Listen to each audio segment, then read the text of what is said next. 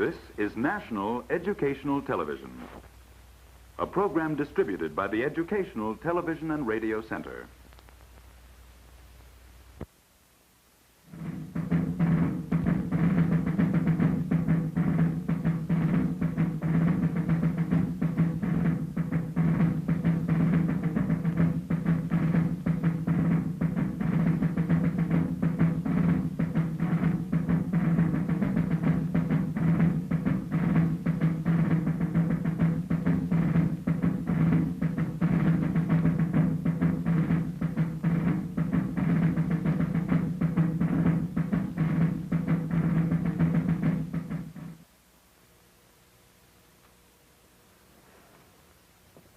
History is one of the greatest teachers of psychology you can find. Books like the much read and often quoted How to Win Friends and Influence People, they're good, but history's better. History is full of examples of what to do, what not to do, examples of people who are good, people who are less good. Examples of saints and scoundrels, and of the great mass of us humans, most of us who haven't courage enough to be saints or heroes, and yet we hope that we don't fall into that second category. Now, in this present session, we're going to let history give us a very fine lesson in psychology. Perfectly true that very few of us are ever going to be called upon to run an empire. And that's what we're going to talk about, how not to run an empire. But, nevertheless, we all have to get along with our fellow human beings. And we can learn quite a bit from a quick review of these 12-odd years of colonial history. Now, in 1763, the time that the Peace of Paris was signed, England found herself the heir to a tremendously increased empire. She had won, at the expense of the French, she had won vast areas in North America. For example, she had taken over the French claims to Canada, and she had the French claims up as far as the Mississippi. The French outmaneuvered her and turned over their trans-Mississippi claims, so-called Louisiana, to Spain just before the peace treaty. But even so, with Canada and with the Trans-Allegheny West, England had a tremendous increase of her territory. And this wasn't all. While the war had been going on in the Americas, another war was being fought. England and France were the two main contenders over in India, and England had come out with the lion's share of the spoils there. Now, quite naturally, when Englishmen surveyed the fruits of the victory, they were delighted, they were elated. But yet, there was a sober side to it.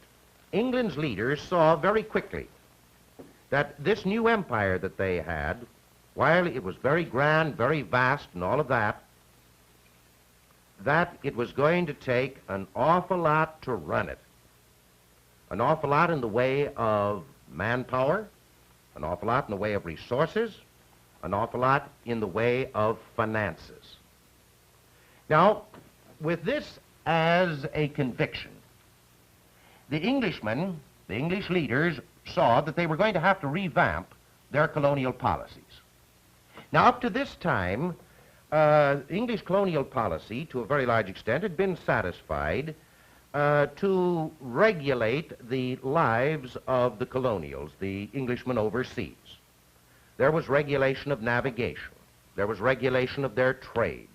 There was regulation of colonial production. Now, all of these things, in general, fitted into what is known as the mercantilist idea of political economy. The colonies existed for the benefit of the mother country. And the mother country, home interests, whether they were manufacturing interests or mercantile interests or whatever they were, they took first place. Now, as I say, England had been satisfied with what income had been derived from this regulation, and the Englishmen, either the Crown or the favored groups in England, the merchants or the ship owners and the like, had benefited very greatly thereby. And then, in turn, the Crown could tax them. But you did not have direct taxes levied upon the colonials. Now, this situation very obviously was going to have to come to an end. English leaders decided, and decided rather quickly, that the whole of the empire, all her colonial subjects, whether in India or whether in the Americas, they were going to have to bear their proportionate share of the burden. Now, before we begin to see what the Englishmen decided to do in this business of revamping their policies, let's take a quick look at the colonial frame of mind in the year 1763, because here are the two elements in this friction that is to develop. The Englishmen, see, we've said, the Englishmen are convinced that something must be done. And they're pretty definitely convinced what must be done. Now, how do the colonials feel? What's their outlook? What's their attitude? Well, in general, England might not have been too satisfied had she looked closely, because in the colonial spirit, there had gradually grown up a certain measure of self-sufficiency. Call it independence, if you will. Not independence in the sense of a break of political ties, but independence in personal action. There had been, in the early days of the colonies, this period which is known as the age or the era of salutary neglect. When the Englishmen came over to found colonies along the Atlantic seaboard, found colonies in the Americas, the Crown at home was pretty badly distracted by its own problems and paid very little attention. The Americans, the early Americans, had to make their own decisions, had to meet and solve their own problems, and in that measure, they had developed a certain sense of sufficiency. You know, let's say that a little youngster is pretty much thrown on his own in his early days. He goes out and sells papers, or he works and the like. Now, it's going to be very difficult after he has grown up to a certain extent for someone to come in and try to change his life, try to boss him around. He's been on his own. Now, the colonies were in that same particular position. More than that, in the course of this 18th century, earlier in this 18th century, this attitude of self-sufficiency had grown to a certain extent into a certain spirit of willfulness. This had shown on a couple of occasions. It had shown very definitely during the late war, the French and Indian Wars. Many colonial merchants had continued to trade with the French islands down in the Caribbean, the French sugar islands, and Englishmen considered this as definitely treasonable. England had laid a certain number of levies for men, levies for supplies in order to fight the war. Some of the colonies had cooperated, some of them had given excuses, some of them hadn't even taken the trouble to give excuses. There was also, during the period of the war, there were two incidents, or sets of incidents, which rather definitely gave a hint as to how the colonies would likely react to a sterner imperial policy. England, unfortunately for herself, overlooked that. For example, during the war, there was the fight in New England, which was led by James Otis. The fight over the question of the writs of resistance, the writs of assistance. They could have been, it was resistance on the colonial side. Then, in Virginia, you had the famous case, which is often known as the Parsons Cause. And this brought to the fore one of the fiery Virginians, Patrick Henry. And both of these indicated, or should have indicated to Englishmen, that we're going to have to deal a little carefully with these colonies. Now, there was another thing, too. And this is quite important because it's at this point that the friction first develops. See, many of the colonies had had charter claims which gave them land beyond the Alleghenies. Now, they couldn't do much about it as long as the French held the area. But now that the French were removed, many of the colonials were thinking of moving out to the west, to these lands that they felt were theirs. And they had their hearts set on it. So here, in general and in brief, the Englishmen on the one side, the colonials on the other, unfortunately, there's not going to be a meeting of the minds.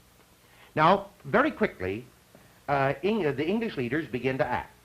George Grenville, at this particular moment, is at the controls as the Prime Minister.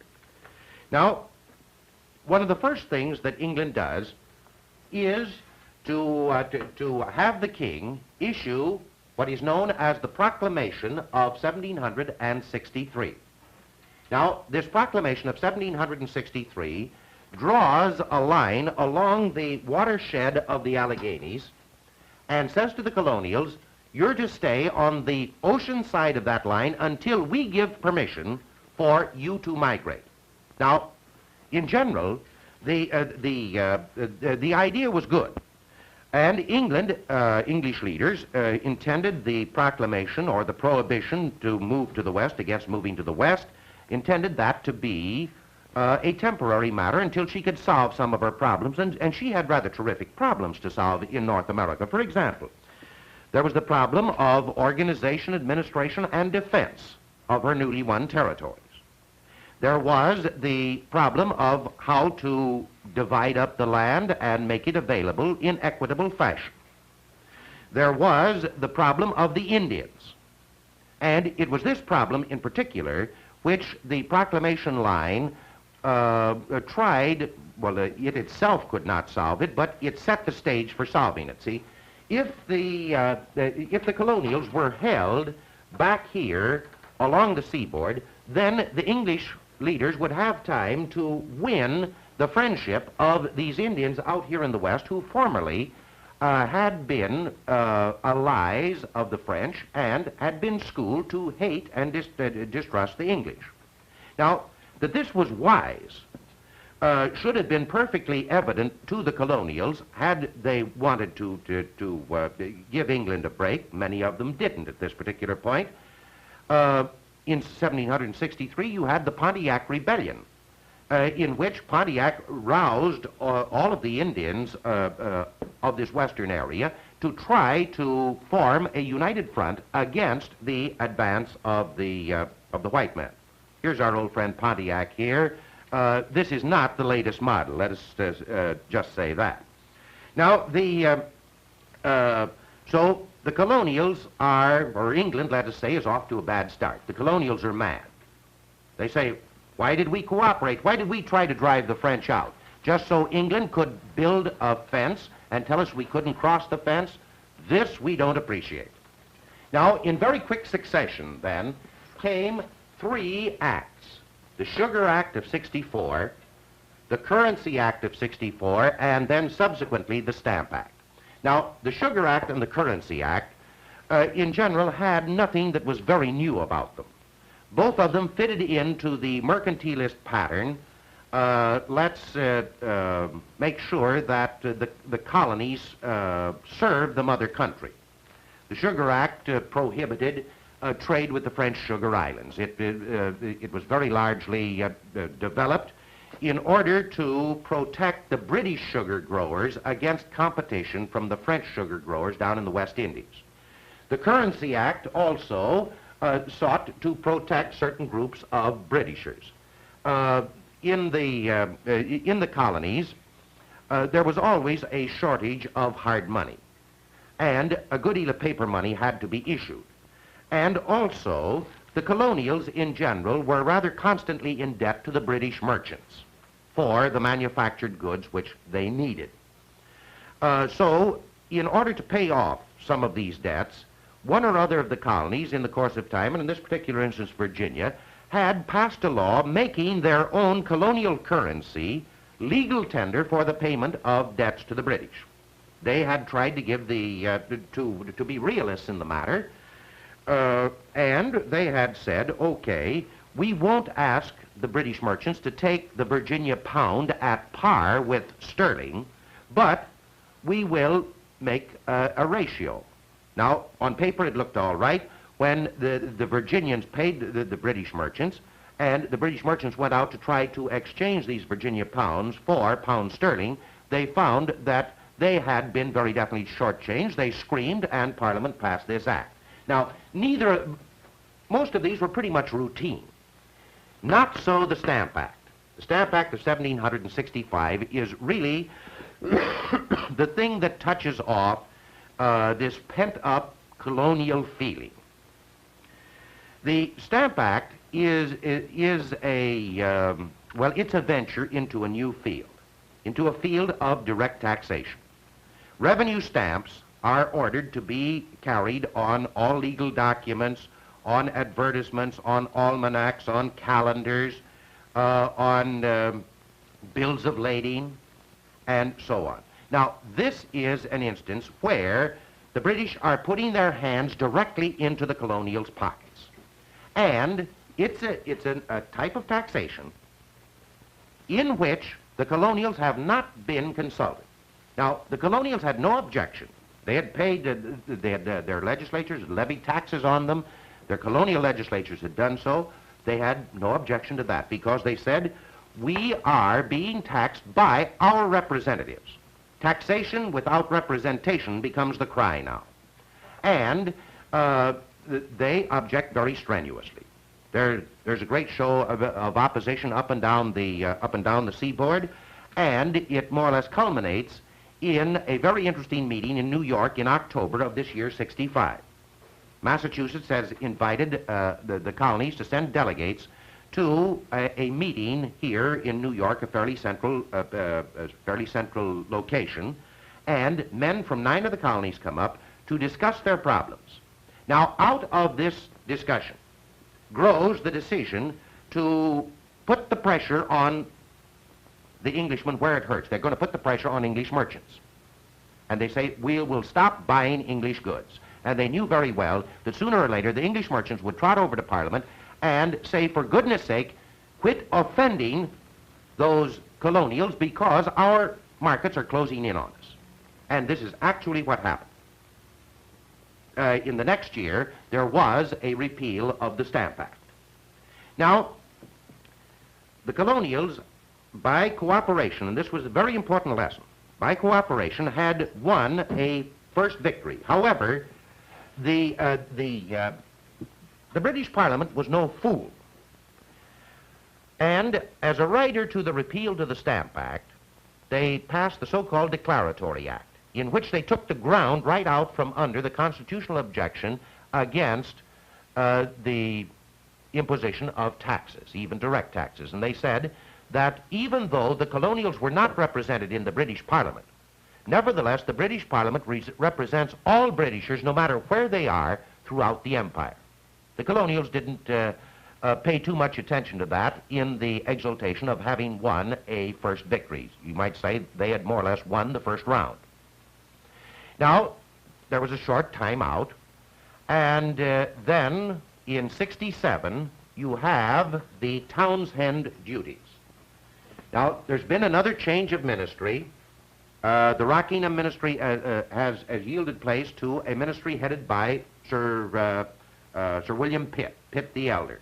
Pitt, however, is quite incapacitated this time, and the job of running the government falls on the shoulders of Charles Townshend, often referred to, particularly in colonial documents and even in enemy documents, that is to say, political enemy documents among the British, as Champagne Charlie.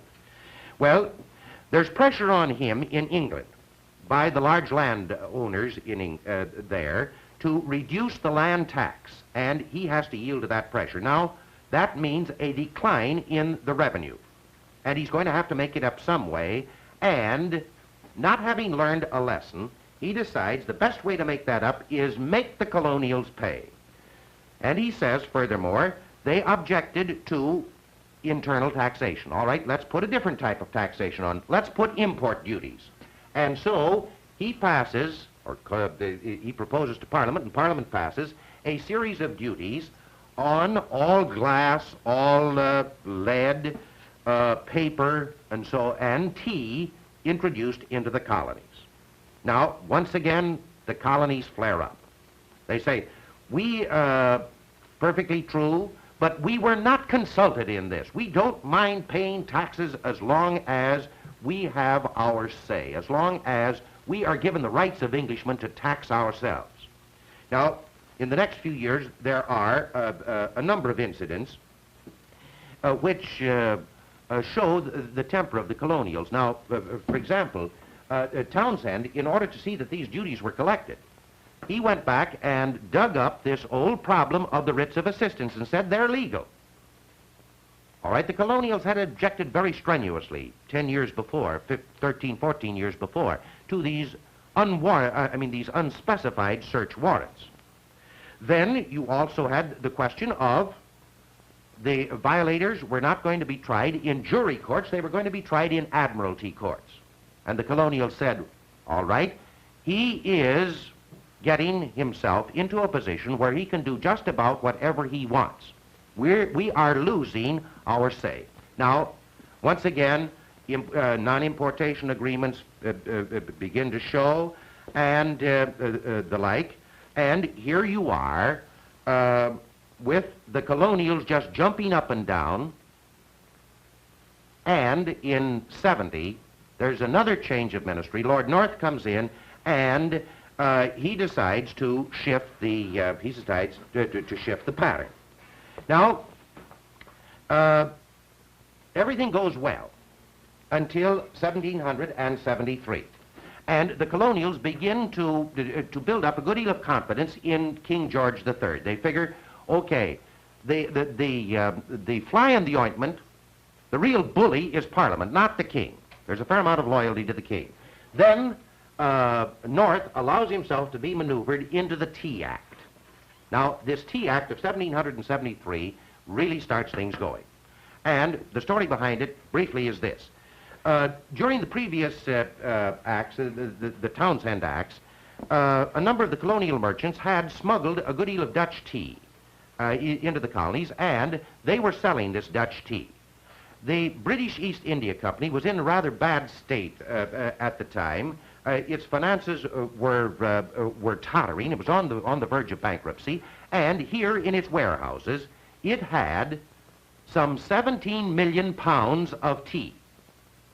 If you want to call it frozen assets, or call it iced tea, if you will. Now, don't throw anything, because remember, you'll hit the picture tube and you won't hit me. At any rate, so Lord North says, good, colonials, let them bail out the BEI, the British East India Company. So he puts a tea duty, and he's going to give the British East India Company quite a bit of leeway. He says, we will not make them go through England. So therefore, no English merchants will have a cut. And they can carry their tea directly to the colonies, and they can either sell it themselves or sell it through colonial merchants and undersell the ordinary English tea and undersell the Dutch tea. They figured that the colonials would rise and buy this tea, the British East India Company would be bailed out, and the like. Now, what this did to the colonies, what this seemed to indicate to the colonies was England is now maneuvering to put colonial merchants out of business. She's going to give preferential treatment to an English company. And if she does it to tea, she may do it the next time to some other commodity, and we will be out of business. So they rose up. And the sequel was a number of incidents along the seaboard. The most important was the Boston Tea Party, at which time a number of the Bostonians boarded the tea ship and dumped thousands of pounds of tea into the harbor. Now, England came back.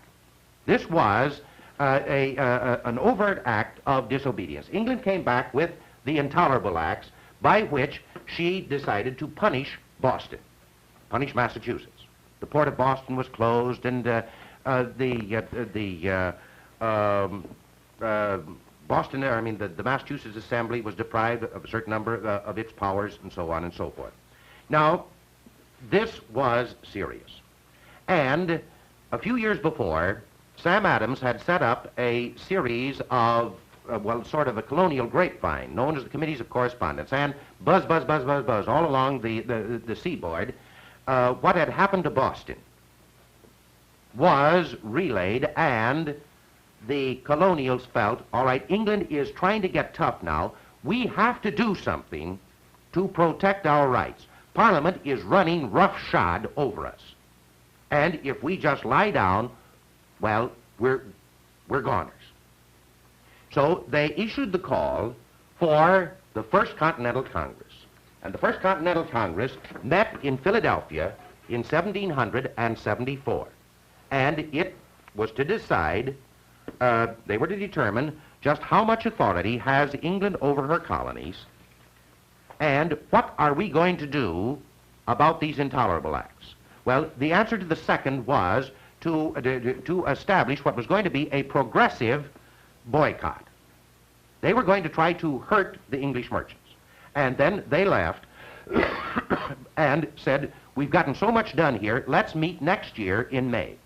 Now, as you know, by May of next year, this Cold War that was going on had warmed up considerably, because in April of 1775, you had had the clash at Lexington, and you had had the clash at Concord. The Minutemen had stood out against the British Redcoats and had given a show of, the colonial temper. Then the colonies, the colonials, had surrounded the British at Boston. Now, by the time, therefore, that the Second Continental Congress meets, as I say, the Cold War is getting quite warm. And that's where we'll take up the story next time. Now, let's just offer one or two suggestions by way of books if you're interested in following through. Here we have, in this favorite colonial Chronicles of America series, The Eve of the Revolution by Carl Becker. Another story of the preliminaries to the Revolution, The Origins of the American Revolution, John C. Miller, I-double-L-E-R. One of the old classics by a great scholar on the Revolution, now dead, Claude Van Tyne, T-Y-N-E, The Causes of the War of Independence. And the latest thing out on this particular phase is this volume in the growing Harper series, the New American Nation series, The Coming of the Revolution by Lawrence Henry Gibson. Now, the whole story adds up, as we have seen, to a certain amount of bungling. England might have avoided many of the things which subsequently came had she been a little bit smarter. So let's close it off with the thought, this is how not to win friends and influence people, how not to run an empire. That's it.